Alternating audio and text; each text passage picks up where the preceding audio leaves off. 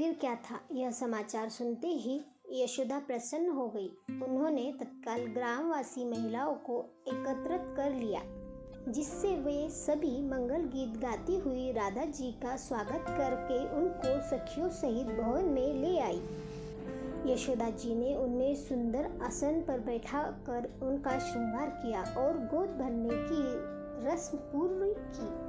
उन्हें विविध उपहार, वस्त्र, फल, आभूषण आदि दिए।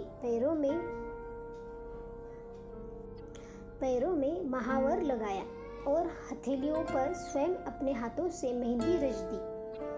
उन्होंने सभी ग्रामवासियों को बता दिया कि राधा उनके पुत्र कृष्ण की वांगदत्ता पत्नी और उनकी लाडली वधू है। इन सब कार्यों में बहुत समय बीत गया। शाम होते देखकर राधा ने उनसे विदा ली और सखियों सहित बरसाना की ओर लौट पड़ी। घर के निकट पहुंचने पर उन्हें माँ की बात याद आई। उन्होंने उसे नंदगांव जाने के लिए मना किया था, पर अब क्या हो? माँ यह जानकर रुष्ट होगी कि राधा ने उनकी आज्ञा का पालन नहीं किया। उसे देखकर वे सब समझ जाएगी। माँ से छिपाने के लिए राधा ने यशोदा जी से प्राप्त सभी उपहार सखियों को सौंप दिए, किंतु वे हाथ में लगी हुई मेहंदी का अब क्या करें? माँ पूछेंगी कि मेहंदी किसने रची, तो वे उन्हें क्या उत्तर देगी? राधा जल्दी जल्दी हाथों को रगड़कर मेहंदी छुड़ाने लगी, किंतु वह उनकी हथेली में और भी लिपट गई। तब राधा की आंखों से आंसू बहने लगे। वे रोती जाती और अपने हाथों को परस्पर रगड़ती जाती। तब अचानक उनके हाथों से स्वयं जलधारा फूटने लगी और वहां एक छोटी सी पोखर बन गई। राधा अपने मेहंदी भरे हाथों को उस पोखर में धोकर घर चली आई। मेहंदी घुलने से उस पोखर का जल पीला हो गया। ऐसा बताया जाता है कि कई बार उस पोखर को साफ करने के लिए उसे खाली किया गया और उसमें स्वच्छ जल भरा गया, परंतु 48 घंटे बाद पोखर का जल पुनः मेहंदी के रंग वाला हो गया। आज भी वह पोखर पीली पोखर के नाम से बरसाना में स्थित है। ऐसी अद्भुत महिमा है श्री राधा रानी जी की। प्रेम से बोलिए जय श्री राधे।